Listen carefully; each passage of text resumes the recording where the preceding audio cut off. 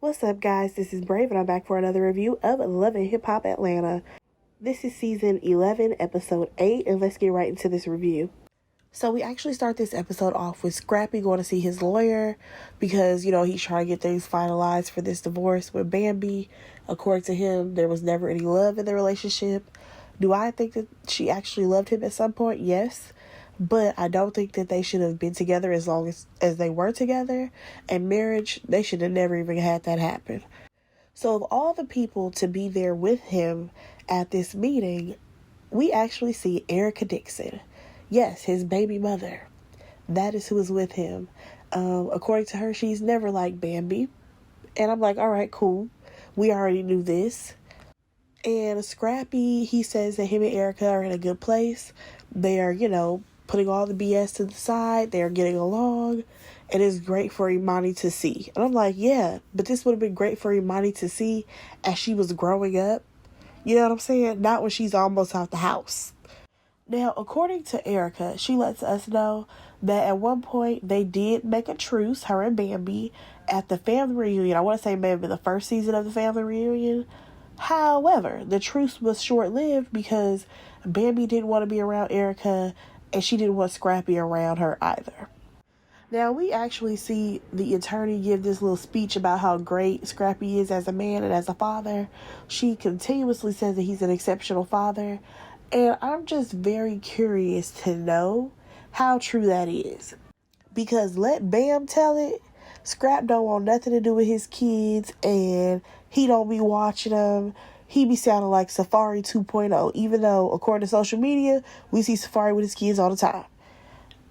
And also, I don't recall Erica Dixon having a problem with him, with Imani. Like, I remember him not trying to pay child support, and on the financial end, he was kind of messed up. But I don't remember her coming at Scrappy ever saying how you don't spend time with Imani and you just leave her hanging. I don't remember that. So there is a possibility that Scrap may be an okay dad. I'm trying to get this man the benefit of the doubt, y'all. All right, y'all, let's slide on over to Rasheeda and Kirk, people who I am ready for them to leave the show. So we get into this argument because Rasheeda dropped the ball. They are at Frost Bistro. The place can't even open yet because Rasheeda didn't file the proper paperwork to get the permits. Because they're in a historic area, you have to have permits to open and operate, right? Here's the thing. You need permits for all types of things when it comes to business, especially a brick and mortar. Hell, you need permits even if you're doing work on your house. My thing about this is, Rasheeda, you dropped the ball, but then you don't want to be accountable for dropping the ball. Like, I understand why Kirk is pissed off because it's bad enough y'all had to shut down, rethink what y'all were going to do with this business, because let's not forget, a couple of seasons ago, it was all the drama about what's going on at the Frost Bistro because y'all had y'all kids running the damn place who did not want to work there. Let's not forget that. We done shut it down. Now we trying to regroup, rebrand, and y'all still dropping the ball. What's going on here? Like, I'm kind of annoyed the way she tried to use this whole thing about how I get up at 6:15 in the morning and I take our child to school. Don't y'all throw the kid into this. And then when the arguments gets heated, you want to say, oh, I need to go pick Carter up from wherever he at, so I gotta go. Girl, that ain't gonna work over here. In this case, I am team Frost. Team Kirk on this. Rasheeda, you dropped the ball. Be accountable for it and figure out a way that you can make up, for the time and the money that y'all about to put out. All right, so now we have to suffer through another scene with Rasheeda, but this time she's with Yandy, another person who I do not want on the show. But let's talk about it. All right, so first they talk about their friend Spice. I'm skipping right over that. Then they talk about Rasheeda and how she is blaming Kirk for everything, how he's treating her as if she's the punching bag over these permits and blah, blah, blah, all of this. But girl, can you just admit that you were wrong? Like, you dropped the ball. Like, it's crazy to me that you are telling your friend how, oh my God, he cussed me out, he chewed me out, he dogged me out. But he had valid reasons, sis. Because the longer that y'all are waiting to open, y'all are losing money. So Yandy goes on to talk about her life and how Mendices was so down because of this interview, but his son just poured into him. I'm just like, what else do y'all have going on? Like, I'm sorry, but Yandy and Mendices storyline is just not hitting for me at all. Like, at all. So now she's suggesting that Rasheeda gets her son involved so that way it can lighten the mood for Kirk. I'm like, girl, what? Can we start with Rasheeda admitting that she was wrong and actually going to get the permit or something? Her figuring out a way for him to make some money? I think that would make him happy. So basically we end this scene with Yandy letting us know that she's going to be speaking on a panel that Mita booked her on. I'm like, is Mita your manager? What's going on there? Nonetheless, we'll get to that later. Let's go ahead and move on. So now we see Scrappy, Erica Dixon, and their daughter, Imani. They are at a virtual reality place or whatever. And basically they're going to go, shoot up some zombies. And it is good to see them all getting along. I will say that Imani blossomed into a beautiful young woman. I believe that she has graduated now. She's going to be going off to college. Baby girl's future is bright. Now, what got me, though, was the fact that he's like, I have, kids that, he has to basically raise with Bambi. And because I think Erica asked him, oh, how are you since we already met with your lawyer earlier in the week? And you have his daughter, Imani, basically give him all of the praise about he's so strong and all of this. And then hit him with the, yeah, because I'm glad you're not with Debbie Downer no more. Why did that girl call Bambi a Debbie Downer? But I would be lying if I was to say that I couldn't see her being like that. Because Bambi does give Debbie Downer vibes. Let's be honest here.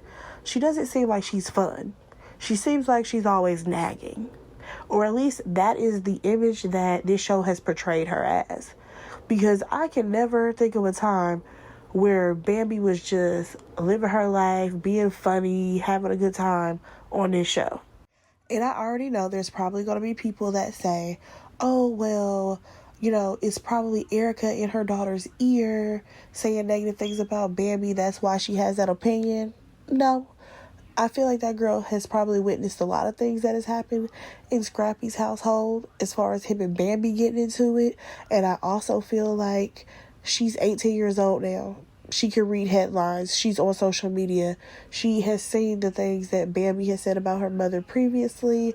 Hell, she could go watch reruns of the show. You know what I'm saying? To see how Bambi and her mama didn't get along. Hell, her and Bambi might not have gotten along. Maybe she wasn't feeling her. I don't know. But I feel like she has her own experience without Erica's influence as to why she feels that way about Bambi. Because if I really want to be honest, I can totally see Bambi being the type of person that is very, this is about me, my kids, and Imani is the outsider. That's the vibe that I get. But let's go ahead and move on. According to Scrappy, he doesn't want any drama with Bambi. He just wants to co-parent with her and move on. Let's go ahead and move on to the next scene. Y'all, we back with Rasheeda again. Ugh, this is just way too much Rasheeda and Kirk for any episode. Like, this should be enough. We don't need to see them for the rest of the season. But nonetheless, Kirk comes home. He already got a little attitude. And Rasheeda's like, what's the problem? What's the issue? And he's like, the bills, there's still no permit, and we still can't open. So the pressure is definitely on for Kirk. And Rasheeda's response to that is, well, life be happening. Like, it's no type of support for her husband. It's literally like, it is what it is, versus her coming to her husband being like, I know, we have a lot on the table right now, but we're going to make it through it. We're going to make it through. You know what I'm saying? There was no encouraging words when it comes to this. And I feel like that's what Kirk needs to hear. But that ain't what he's going to get out of Rasheeda. So next thing you know, their son Carter, who I feel like looks like a total different child since the last time that we saw him, he gets up and he's about to read this essay. Y'all, Rasheeda made her child write an essay about how great their dad is. And I was just like, yeah, I'm glad that was, the reason to put a smile on Kirk's face. But you still didn't do your part. Girl, you could have, said, hey, I reached out to Yandy. She gave me a connect to somebody who work at the city. We're going to try to get this permit going. I think that also would have put a smile on his face. Like, I'm just so confused at her trying to use the child to make this man feel better. And I'm just like, yeah, he feels better about him and his child's relationship. That ain't got nothing to do with him not being able to open up this restaurant. So after this little speech that this child has given, Rasheeda decides to tell Kirk that, he's appreciated, he's a great father, all this stuff. And he appreciates that. But I'm just like, yeah, he would probably appreciate it more if y'all were back in business. So Rasheeda actually goes on to let him know that she did get the permit so they could go ahead and move forward. And I'm just like, I wish that you would have led with that instead of you involving your child in grown folks' business. Yeah. Okay, Rasheeda. Also, I did appreciate the fact that Kirk apologized for having an attitude, but Rasheeda did not apologize for dropping the ball. But let's go ahead and move on. Alright, so let's talk about Amy and Chaotic. They end up meeting up in a park, and basically Amy lets him know that she's feeling some type of way because she sees that he is also giving princess treatment to Erica Banks. She has to let him know that, basically her and Chaotic got something going on. But if he tries to, move forward with Erica or whatever, she will no longer be interested. That's pretty much what we got out of this conversation, because she feels like he's basically giving way too many women the princess treatment, and either they're going to move forward and be a thing, or he could go, be with whoever he want to be with. This man is not taking that as that. He feels like he can still play the game and see which woman is going to win his heart, as if this is Flavor of Love and he's Flavor Flav. So she actually ends up telling Chaotic about this women empowerment event that she's going to be going to. She's heard through the grapevine that Rennie Rucci will be there. These two have not spoken to each other. They have not seen each other. However, she did not forget that Rennie Rucci stole her song. So you already know that there's going to be an issue. Let's go ahead and move on. Okay, so now we get to this event or whatever that Mita has put together, and we see Amy and Erica have a conversation because they are both panelists. And Amy is talking about how, the Chaotic video shoot was the last time they saw each other. Now, Erica, her point of view is, yeah, it was kind of weird because basically you was tripping. And Amy's like, no, he told me that I was going to be, basically the only video girl. And he gave me the whole treatment for the video, telling me what everything was going to be happening. But when I got there, that's not what it was. Now, in her confessional, Erica is like, me and Chaotic, we've been getting closer. He been taking me out, all of this stuff. And I'm like, yeah, but in her face, you told her, oh, I'm not interested in Chaotic.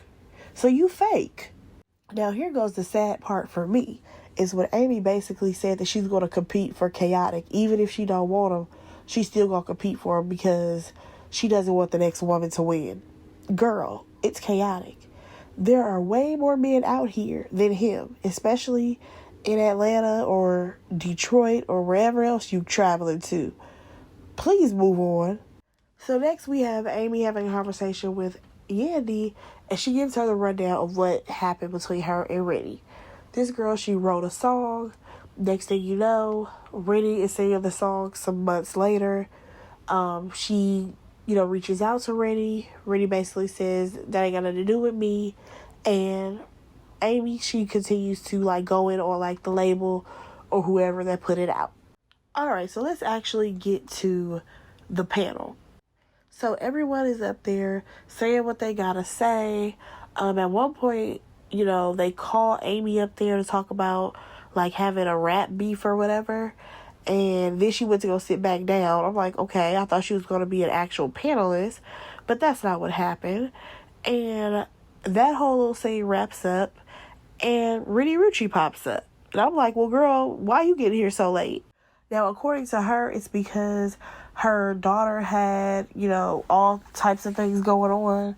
But I'm just like, girl, just say you was avoiding this scene, but you knew you wanted to get paid, so you had to show up. That's all you had to say. But nonetheless, Yandy basically brings up the fact that Amy is there, and Rennie feels like this is old, it's tired. She really don't want to talk to Amy, but Yandy's like, nah, we gonna settle this right now. So Amy comes up with Yandy, and I already knew that this was not going to go well. Just from Rennie's whole body language. Her body language screamed, I don't want to be here. I don't mess with her. Why is she in my face? All of that. Because that whole jitter body that she was doing, I'm like, girl, could you just stand still and act like an adult? Because you're giving little kid. So Amy goes on to talk about how she doesn't like the way that Rennie handled things by blocking her, because she doesn't feel like the message that she sent her was that bad. Now, Rennie is like, well, you need to take that up with, the person who we were working with. We work with the same person, blah, blah, blah, blah. I'm just like, okay, clearly both y'all are mad at two different things. And like Yandy said, there's two different reasons as to why y'all are mad. And clearly these ladies were not hearing each other. Because next thing you know, Rennie is upset because she feels like Amy went to the blogs to post about this. Now, y'all, I ain't never seen Rennie Rucci and Amy on a blog together. Was that even a real thing? Like, who actually picked this story up? Baby, when I tell you all of Detroit came up out of Amy, it came right on up out of her. I was like, what is happening right now? She's talking about how, Rennie is a slide. She's not a real artist. She used to pick up a pen, all of this stuff. And I was like, oh, is this like a visual representation of Nicki Minaj and Cardi B going back and forth? Because y'all know Nicki was the queen of telling these girls to pick up a pen. And I will say this. If Amy wrote a song, right, she was working with a producer or, whoever she was working with, and Rennie ends up getting the song, Rennie, if you rapping it lyric for lyric, word for word, I'm gonna need for you to prove that you are a real artist and you can write yourself. At least write something. Because I feel like she has definitely been accused of stealing somebody else's song. I don't think it was Amy that I can recall, but I could have swore she had beef with somebody. Who was it with, Lotto or something like that? So Yandy is like, wait a second, because this has gotten out of control. You have Amy going off, even though Amy just sat in front of all these women who came to this little empowerment event talking about we shouldn't have rap beefs and, it stops money and all of this. But baby girl was hot and she was not letting up off of Rennie's neck. Ooh wee, y'all. Deb got involved. Deb Atney has gotten involved because she is like, basically, Amy, you should walk away because this is what Rennie decided to do. Rennie decided to pull I'm going to be quiet and let this person continue to talk because that makes them look worse than whatever I have done. I'm sorry. I hate when people do that because, yes, it does make the person who's being loud and, going off on you look bad. But that does not negate from the fact that you still, blocked this girl and you didn't address why you blocked her and you didn't even ask her if she went to the blogs or not. But nonetheless, Deb is basically saying, like, listen, you just said all these great things at this panel, but then your whole attitude and everything has changed since talking to this girl. Like, honestly, the sad part about this entire thing to me is the fact that whoever that producer or manager, whoever that person was, he is the issue. And it annoys me how men in the industry are able to pit women against each other and they just get away with it. Absolutely get away with it. It is no karma back on them. Because let's be honest here. If you were to ask me about the whole Cardi and Nicki beef, the Migos have a part in that, but for some reason, nobody ever mentions that. Because it's crazy to me how Nicki changed the lyrics from Cardi being, what was it, the QB, being the quarterback, and her being the coach, to Quavo being the quarterback, and her being the coach. And Quavo didn't have a problem with that, so I never understood how Cardi did. But that's a whole nother story. I just feel like the Migos played a part in that. But, again, another time. Alright, back to the story at hand. Yandy has convinced Amy to go back over there and talk to Rennie. Because according to Yandy, she feels like, Amy is the one who's making this such a big deal, not Rennie. And I'm just like, Rennie's not exactly innocent, though. Because I'm just thinking, if I'm in Amy's shoes and I wrote a song and I hear another artist singing it or rapping it, whatever, and I reach out to the artist and be like, oh my gosh, that's a song that I wrote or whatever with such and such, and their response is that they blocked me. Because according to Rennie, she didn't initially block her. She blocked her after the blogs picked up on this or whatever, and that's when she saw her message, supposedly. I'm just kind of like, I would feel away, because why would you block me when I'm reaching out to you about this situation? Because I'm actually trying to make sure that my money is right. Because if you out here getting paid off this song, the producer's getting paid off this song, I wrote it, I need to get paid off the song. Alright, so the girls try to come back together, right? Amy apologizes. She said that she was wrong, She came at Rennie when really she needs to come at whoever that producer and manager, whoever else was in the studio, that's who she needs to come at. So then Rennie goes on to say how, she basically realizes that Amy had every right to feel the way that she felt.